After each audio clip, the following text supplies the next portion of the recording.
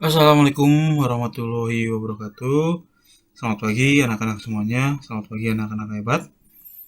Apa kabarnya di hari ini? Mudah-mudahan kita semua ada dalam kondisi sehat dan tidak ada satu kurang apapun. Anak-anak, hari ini kita akan melanjutkan materi kita tema 7 kepemimpinan, subtema 3 ayo memimpin, pembelajaran kedua. Materi kelas 6 semester kedua. Adapun yang akan kita pelajari hari ini adalah muatan IPA KD 3.2 menghubungkan ciri pubertas pada laki-laki dan perempuan dengan kesehatan reproduksi. Selanjutnya, SBDP KD 3.2 memahami interval nada. Baik, kita langsung saja ke pembelajaran kedua. Banyak pemimpin yang dibuat patungnya sebagai bentuk penghormatan dan untuk mengenang jasa-jasanya. Siapa pemimpin idolamu? Adakah patungnya? Nah, selanjutnya kita akan melihat ini adalah sebuah gambar patung. Tentu kalian tidak asing dengan gambar patung tersebut. Adakah yang tahu siapakah gambar patung tersebut? Ya, beliau adalah patung dari Insinyur Soekarno dan Dr. Andes Muhammad Hatta. Adapun patung tersebut, bahan pembuatnya itu berupa dari batu granit atau andesit, kemudian batu marmer, semen, pasir, dan juga baja. Nah, bagaimana cara pembuatan patung tersebut? Nah, patung tersebut dibuat dengan merekatkan besi dengan cara dilas atau dibakar. Nah, patung tersebut dibuat dengan cara menggunakan besi terlebih dahulu. Ya. Nah, kemudian tokoh yang ada dalam patung tersebut yaitu proklamator Insinyur Soekarno dan Dr. Andes Muhammad Hatta berfungsi sebagai patung monumen. Nah, perlu kalian ketahui bahwa jenis patung tersebut adalah jenis patung figuratif. Jenisnya yaitu jenis zone de Bose, yaitu patung yang berdiri sendiri dan terlepas di kanan kirinya. Nah, bahan patung itu terbuat dari bahan yang keras seperti batu dan juga besi atau baja. Nah, selanjutnya kita akan membaca sebuah teks bacaan dengan judul Patung Si Gale-Gale yang Dapat Menari. Pada zaman dahulu, kerajaan di Samosir dipimpin oleh Raja Rahat. Dia memiliki anak sematawayang bernama Manggale. Suatu saat, Raja Rahat meminta anaknya untuk berperang melawan musuh di perbatasan. Manggale pun pergi berperang, tetapi dia tidak pernah kembali. Dia meninggal. Jasadnya tidak pernah ditemukan. Raja Rahat pun sedih hingga jatuh sakit. Masyarakat setempat ingin menghibur raja.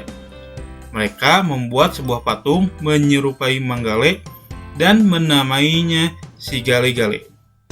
Gale dalam bahasa Batak Toba artinya lemas. Pada waktu itu, dukun di sana juga ikut membantu memanggil roh Manggale agar masuk ke dalam patung tersebut. Sehingga patung si Gale-Gale dapat bergerak-gerak sendiri seperti orang yang sedang menari. Patung si Gale-Gale sampai saat ini masih dapat kita jumpai ketika berkunjung ke Tomok, Pulau Samosir. Hanya saja, dalam pertunjukan tersebut, patung si Gale-Gale sudah tidak dimasuki roh lagi. Patung ini dapat bergerak-gerak karena digerakkan dengan penggerak mekanis. Nah, itulah teks bacaan dengan judul Patung si Gale-Gale yang dapat menari. Nah, beberapa patung bisa kita temui dalam kehidupan sehari-hari. Bahkan kalau misalkan kita melihat pada kota-kota ada banyak patung, entah itu mungkin berwujud manusia ataupun juga hewan-hewan yang lainnya. Nah, selanjutnya patung ini adalah tiruan bentuk orang, hewan, dan sebagainya yang dibuat dengan cara dipahat dan sebagainya dari batu, kayu, dan sebagainya. Nah, patung memiliki ciri-ciri di antaranya. Yang pertama, memiliki bentuk yang dapat dilihat dan dipegang. Kemudian memiliki 3 sisi, yaitu ada volumenya seperti panjang, lebar, dan tingginya. Kemudian biasanya patung memiliki ukuran yang hampir sama dengan bentuk yang akan dibuat patung. Kemudian memiliki tekstur. Selanjutnya, ciri patung dapat dilihat dari semua sisi. Nah, itulah ciri-ciri patung. Sedangkan jenis-jenis patungnya dapat kita bagi menjadi beberapa jenis patung. Ada patung religi, kemudian patung monumen, patung arsitektur, kemudian patung dekorasi, patung seni, dan patung kerajinan. Nah, itulah jenis-jenis patungnya. Nah, kemudian patung tersebut ada juga teknik pembuatannya. Nah, teknik pembuatan patung tersebut terdiri ada teknik butsir, kemudian juga ada teknik modeling, kemudian ada teknik merakit, selanjutnya ada teknik cor, kemudian teknik membentuk, dan juga teknik pahat. Nah, itulah beberapa teknik dalam pembuatan patung. Nah, setiap teknik mempunyai ciri khas dalam pembuatannya. Sebagai contoh, misalkan teknik pahat adalah dengan mengurangi bagian-bagian tertentu pada bahan dasar yang keras, itu teknik memahat. Selanjutnya, nah, di sini kita akan membuat salah satu rencana pembuatan karya patung dari bahan lunak yang ada di sekitar kita. Nah, silahkan kalian bisa melengkapi rencana pembuatan patungnya, mulai dari bentuk patungnya. Sebagai contoh, misalkan bentuk patungnya adalah patung topeng. Kemudian bahannya misalkan yang sederhana, yang gampang, itu misalkan sabun. Kemudian teknik pembuatannya menggunakan teknik pahat. Kemudian alat yang digunakannya misalkan bisa pisau, bisa cutter, ataupun juga alat pahat. Kemudian selanjutnya cara pembuatannya. Nah, cara pembuatannya bisa juga dengan melakukan cara pembuatannya, misalkan kita menyiapkan dulu bahannya, kemudian membentuk sketsa patungnya, kemudian baru mengurangi bagian-bagian yang sudah kita bentuk sehingga timbul dari patung topeng tersebut dengan cara pahatan. Nah, kemudian kita membaca sebuah teks tentang perubahan pada masa pubertas. Tahapan perkembangan dan pertumbuhan manusia umumnya terbagi menjadi balita, kanak-kanak, remaja, dewasa, dan usia lanjut. Masa remaja merupakan peralihan dari masa-masa anak menuju masa dewasa. Pada awal masa remaja, kita mengalami masa pubertas. Pada masa ini terjadi perubahan pada tubuh, baik yang terlihat maupun tidak. Di dalam tubuh, hormon reproduksi mulai dihasilkan. Pada perempuan, hormon ini akan mengakibatkan sel telur matang.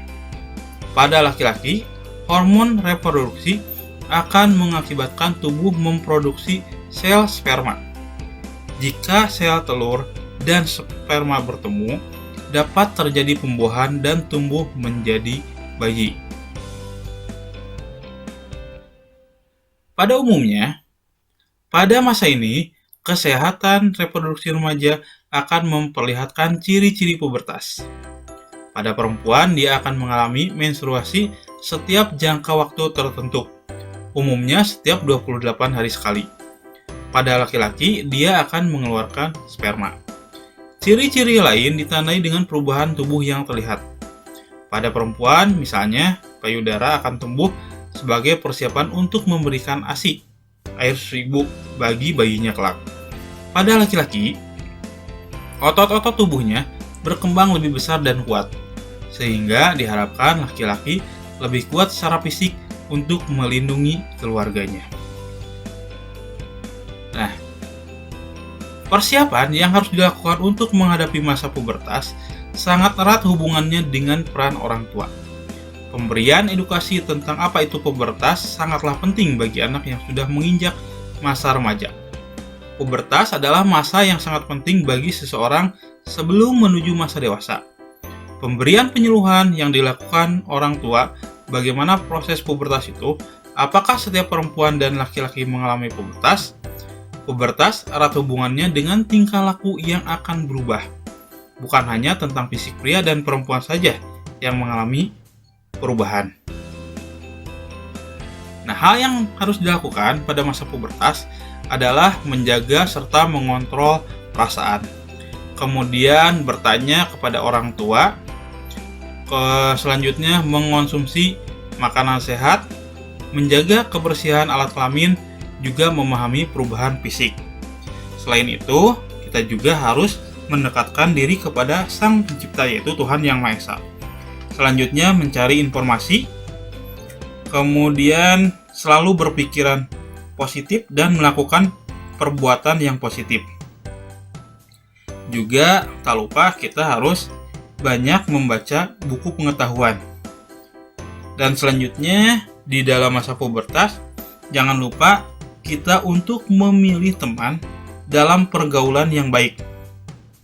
Kemudian mengembangkan bakat dan hobi kita. Nah, di dalam masa pubertas kita harus bisa menyalurkan hal kita ke arah yang lebih positif. Nah, anak-anak, itulah pembelajaran kita hari ini. Mudah-mudahan ada manfaatnya untuk kita. Dan hari ini kita telah belajar tentang masa pubertas, kemudian jenis atau patung yang ada di sekitar kita. Mudah-mudahan ada manfaatnya pembelajaran kita hari ini. Bapak ucapkan terima kasih dan wassalamualaikum warahmatullahi wabarakatuh.